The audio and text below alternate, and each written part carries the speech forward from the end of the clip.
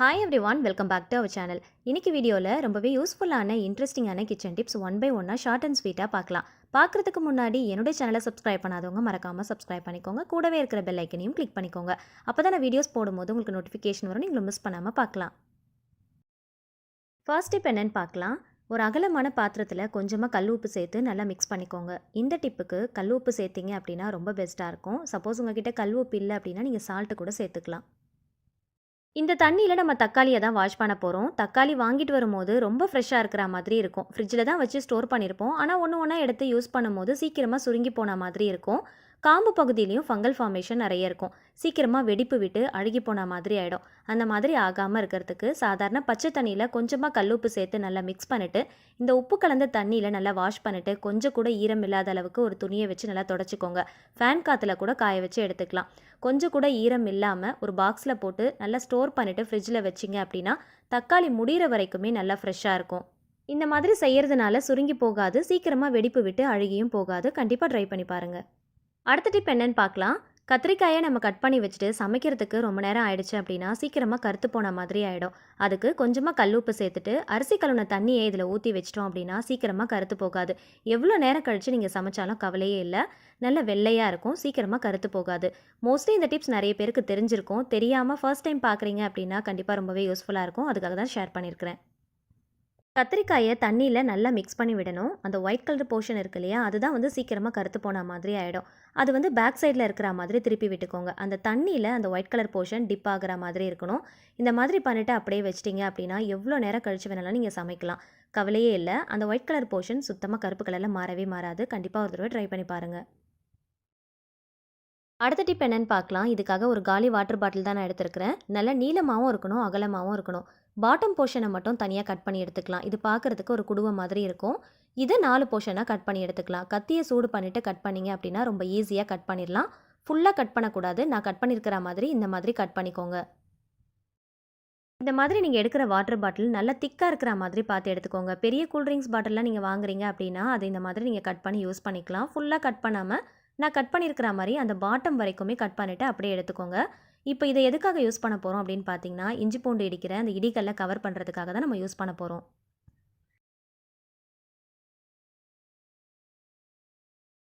Mostly இஞ்சி பூண்டு இடிக்கிற இடிகளை நம்ம ஓப்பன் பண்ணி தான் வச்சுருப்போம், க்ளோஸ் பண்ணி வைக்க மாட்டோம். நைட் டைமில் பல்லி கரப்பாம்பூச்சியோட நடமாட்டங்கள் நிறைய இருக்கும். ஸோ இந்த மாதிரி ஓப்பனில் வச்சோம் அப்படின்னா அது நமக்கு சேஃபே கிடையாது. இதை கவர் பண்ணுறதுக்கு நம்ம மூடியெல்லாம் தேடுறதை விட இந்த மாதிரி ஒரு வாட்டர் பாட்டிலை நம்ம கட் பண்ணி வச்சுக்கலாம். தேவைப்படும் போது எடுத்து யூஸ் பண்ணிக்கலாம். தேவைப்படாதப்போ இந்த மாதிரி நம்ம க்ளோஸ் பண்ணி வச்சுக்கலாம்.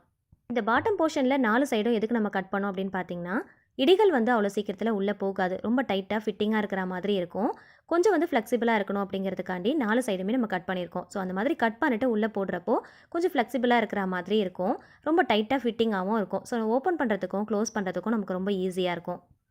இப்போது வாட்டர் பாட்டிலுடைய இந்த மிடில் போர்ஷனை மட்டும் நம்ம தனியாக கட் பண்ணி எடுத்துக்கலாம். இதுவும் பார்க்குறதுக்கு ஒரு குடுவை மாதிரி தான் இருக்கும். இதை நம்ம எதுக்காக யூஸ் பண்ண போகிறோம் அப்படின்னு பார்க்கலாம். இது தேவைப்பட்டுச்சுன்னா நீங்கள் பெயிண்டிங் பண்ணிக்கலாம், இல்லைனா கலர் பேப்பர்ஸ் கூட நீங்கள் ஒட்டிக்கலாம். இதை நான் அப்படியே தான் எடுத்துருக்கிறேன். உங்களுக்கு தேவைப்பட்ட பெயிண்டிங் கலர் பேப்பர்ஸ்லாம் நீங்கள் பண்ணிக்கலாம். இதை 2ஆக கட் பண்ணி எடுத்துக்கோங்க. டோர் விண்டோலலாம் நம்ம ஸ்க்ரீன் போட்டு வச்சுருப்போம் இல்லையா, இப்போ மழைக்காலமாக இருக்கிறதுனால ரொம்ப காற்றடிச்சிட்டே இருக்கும். அதனால் ஸ்க்ரீன் பறந்துகிட்டே இருக்கும். அதுக்காக ஸ்க்ரீனை இந்த மாதிரி நல்லா மடிப்பு வச்சுக்கோங்க. கை விட்டு நல்லா மடிச்சிங்க அப்படின்னா ரொம்ப ஈஸியாக இருக்கும். மடிச்சுட்டு அது நல்லா ஃபிட்டிங்காக ஒரே இடத்துல இருக்கிறதுக்கு இதை இந்த மாதிரி நம்ம போட்டு விட்டுக்கலாம். ஸோ இந்த மாதிரி போடும்போது ஒரே இடத்துல ஸ்க்ரீன் பறக்காமல் இருக்கும். மிச்சம் இருக்கிற டாப் போர்ஷனை ஸ்பாஞ்சு ஸ்க்ரப்பர் வைக்கிற ஸ்டோரேஜ் பாக்ஸாக தான் நம்ம யூஸ் பண்ண போகிறோம். சிங்க் ஏரியாவுக்கு நியர்பையில் இதை அப்படியே வச்சிட்டிங்க அப்படின்னா எடுக்கிறதுக்கும் வைக்கிறதுக்கும் ரொம்பவே ஈஸியாக இருக்கும்.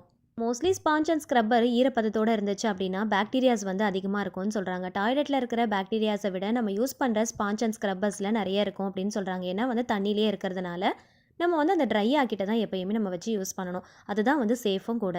அதுக்கெலாம் நமக்கு டைம் இல்லை அப்படின்னா இந்த மாதிரி ஒரு பாக்ஸ் நம்ம ரெடி பண்ணிவிட்டு இதில் நம்ம போட்டு வச்சிட்டோம் அப்படின்னா அதில் இருக்கிற அந்த தண்ணி எல்லாமே ஆட்டோமேட்டிக்காக கீழே இருக்கிற அந்த ஹோல்ஸ் வழியாக வடிஞ்சிரும். இது நம்ம பிடியணும் காய வைக்கணும் அப்படிங்கிற அவசியமே இருக்காது. கீழே இருக்கிற ஹோல்ஸ் வழியாக தண்ணி எல்லாம் வடிஞ்சிரும். மேலே கொஞ்சம் காற்று படுறதுனால சீக்கிரமாக காஞ்சிரும். ஸோ அதனால் எப்போயுமே ஸ்பாஞ்ச் அண்ட் ஸ்க்ரப்பர் நல்லா ட்ரையாக இருக்கிற மாதிரியே இருக்கும். ஸோ இதை சிங்க் ஏரியாவுக்கு நியர்பையில் ஒரு ஸ்டோரேஜ் பாக்ஸ் மாதிரி வச்சுக்கோங்க. அடுத்த டிப் என்னன்னு பார்க்கலாம். இட்லி பாத்திரத்தில் ஒரு ஸ்பூன் போட்டிங்கன்னா உங்களுக்கு வேலை ரொம்ப மிச்சம். எப்பயுமே இட்லி பாத்திரத்தில் தண்ணியை ஊற்றிட்டு நம்ம இட்லியை வச்சுட்டு சம்டைம்ஸ் மறந்துட்டோம் அப்படின்னா அந்த தண்ணியெல்லாம் வற்றி போயிடும். இட்லியும் சீக்கிரமாக தீஞ்சு போய் பாத்திரமே அடிப்பிடிச்சா மாதிரி ஆகிடும். நமக்கு வேலை ரொம்ப அதிகமான மாதிரி ஆகிடும். பாத்திரத்தில் தண்ணி இருக்கிற வரைக்கும் நம்ம கவனிக்கவே இல்லைனா கூட எவ்வளோ நேரம் ஆனாலும் கவலையே இல்லை, அப்படியே விட்டுறலாம். ஆனால் பாத்திரத்தில் இருக்கிற தண்ணி வத்த ஆரம்பிச்சிருச்சு அப்படின்னா பாத்திரம் சீக்கிரமாக அடிப்பிடிக்க ஆரம்பிச்சிரும். நம்ம கவனிக்காமல் விட்டுட்டோம் அப்படின்னா கண்டிப்பாக நமக்கு வேலை ரொம்பவே அதிகமாயிரும். இதே பாத்திரத்துக்குள்ளே இந்த மாதிரி ஒரு ஸ்பூன் போட்டுட்டோம் அப்படின்னா தண்ணி கொதிக்கும் போது அந்த ஸ்பூனும் சேர்ந்து ஆடிட்டே இருக்கும். ஒரு விதமான சவுண்டு நமக்கு வந்துக்கிட்டே இருக்கும். சவுண்டு வர்றது நின்று போயிருச்சு அப்படின்னா தண்ணி வற்றி போயிருச்சுன்னு அர்த்தம். ஸோ அப்போயே நம்ம நோட் பண்ணிக்கலாம். ஸோ இட்லியை நம்ம ஊற்றி வச்சுட்டு மறந்துட்டா கூட இந்த ஸ்பூன் நமக்கு சவுண்டு கொடுக்கும் இல்லையா? ஸோ அதை வச்சு நம்ம கெஸ் பண்ணிடலாம். கரெக்டான டைமுக்கு நம்ம இட்லி எடுத்துடலாம். தண்ணி வற்றி போகிற மாதிரி இருந்தால் கூட நம்ம உஷாராயிடலாம். ஸோ கண்டிப்பாக இந்த டிப் ரொம்பவே யூஸ்ஃபுல்லாக இருக்கும். வேலைக்கு போகிற பெண்கள் அவசர அவசரமாக சமைப்போம் இல்லையா? ஸோ அந்த மாதிரி டைமில் இந்த டிப் கண்டிப்பாக ரொம்பவே யூஸ்ஃபுல்லாக இருக்கும். ட்ரை பண்ணி பாருங்கள்.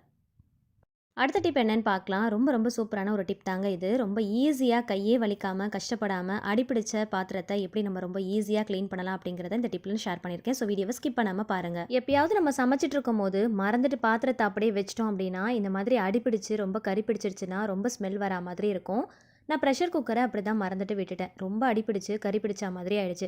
ஸோ ரொம்ப ஈஸியான மெத்தடில் 10 நிமிஷத்தில் ரொம்ப ஈஸியாக நான் க்ளீன் பண்ணேன். அது எப்படின்றத பார்க்கலாமா? அடிப்பிடிச்ச பாத்திரத்தில் 1 டேபிள் ஸ்பூன் அளவுக்கு பேக்கிங் சோடா, கொஞ்சமாக வினிகர், பாத்திரம் கழுவுற லிக்விட், ஆல்ரெடி யூஸ் பண்ண லெமனுடைய தோலை எடுத்து நம்ம ஸ்டோர் பண்ணி வச்சுருப்போம் இல்லையா? அந்த தோலை ஒன்று சேர்த்துக்கலாம். இது கூட பாதிக்கு பாதி தண்ணி சேர்த்துக்கோங்க. ரொம்ப ஃபுல்லாக சேர்த்துட்டோம் அப்படின்னா குக்கரில் நம்ம விசில் வைக்க போகிறோம், வெளியிலலாம் தெறிக்க ஆரம்பிச்சிடும். ஸோ ஒரு அலசு இந்த மாதிரி நல்லா அலசிட்டு எப்பயும் போல் கேஸ்கெட் விசில்லாம் போட்டு ஒரு 3லேருந்து 4 விசில் வச்சு எடுத்துக்கோங்க. இது ப்ரெஷர் குக்கர் அப்படிங்கிறதுனால டேரெக்டாக எல்லா பொருளையுமே சேர்த்துட்டு நம்ம விசில் வச்சிட்டோம். இதே நீங்கள் நார்மல் பாத்திரத்தில் அடிப்பிடிச்சிருச்சு அப்படின்னா அந்த பாத்திரத்தில் இந்த மாதிரி லிக்விட் வாட்டர் எல்லாமே சேர்த்துட்டு ப்ரெஷர் குக்கருக்குள்ளே வச்சு நல்லா விசில் போட்டுக்கலாம். சப்போஸ் நார்மலாக பெரிய பாத்திரத்தில் நீங்கள் இந்த மாதிரி பண்ணிட்டீங்க அப்படின்னா அது ப்ரெஷர் குக்கருக்குள்ளே வைக்க முடியாது இல்லையா? ஸோ எல்லா பொருளையுமே சேர்த்து நல்லா 3லேருந்து 4 கொதி வர வரைக்கும் நல்லா பொங்கி வர அளவுக்கு நல்லா கொதிக்க விட்டுட்டு அந்த சூடு ஆறுற வரைக்கும் மூடி போட்டு அப்படியே வச்சுருங்க. அந்த சூட்லேயே பார்த்தீங்கன்னா அது நல்லா ஊறிடும். ஸோ நமக்கு வாஷ் பண்ணுறது ரொம்ப ஈஸியாக இருக்கும். ஓரளவுக்கு சூடெல்லாம் ஆறிட்டு கை பொறுக்கிற சூடு இருக்கும் போது நம்ம வாஷ் பண்ண ஆரம்பிச்சிடலாம். அப்போ நமக்கு வாஷ் பண்ணுறது ரொம்ப ஈஸியாக இருக்கும். இந்த மாதிரி ஸ்டீல் ஸ்க்ரப்பர் இருக்கும் இல்லையா? அதை வச்சு நல்லா தேய்ச்சி விடுங்க. ரொம்ப போட்டு தேய்க்கணும் அப்படிங்கிற அவசியம் இல்லை. இப்போ நான் உங்களுக்கு டேரெக்டாக அப்படியே உங்களுக்கு காட்டியிருக்கேன்.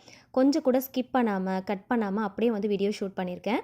ஸோ இது உள்ளே அந்த தண்ணியிலேயே நல்லா தேய்ச்சிங்க அப்படின்னா தேய்ச்சிட்டு ஊற்றி பாருங்கள். உள்ளே இருக்கிற அந்த அடிப்பிடிச்ச கரைகள் சுத்தமாக கொஞ்சம் கூட இல்லவே இல்லை. போட்டு ரொம்ப மாங்குன்னு தேய்க்கணும் அப்படிங்கிற அவசியமே இல்லை. அந்த மாதிரி தேய்ச்சோம் அப்படின்னா கீரல் விழுந்த மாதிரி ஆகிடும் இல்லையா? ஸ்டீல் ஸ்க்ரப்பர் வச்சு லைட்டாக தேய்ச்சி விட்டாலே போதும். அந்த தண்ணியை வச்சு அப்படியே தேய்ச்சிருங்க. இப்போ பாருங்கள், கொஞ்சம் கூட நான் எடிட் பண்ணாமல் அப்படியே உங்களுக்கு வீடியோ ஷூட் பண்ணி காட்டியிருக்கிறேன். உள்ளே எந்த அளவுக்கு அடிப்பிடிச்சிருந்தது இப்போ ஃபுல்லாக அப்படியே போயிடுச்சு பாருங்கள். ரொம்ப ரொம்ப ஈஸியான மெத்தடுங்க இது. அந்த தண்ணியை நம்ம ஃபில்டர் பண்ணி எடுத்து வச்சிருந்தோம் இல்லையா? அகைன் அந்த தண்ணியை ஊற்றி மறுபடியும் இன்னொரு டைம் நல்லா தேய்ச்சிக்கலாம்.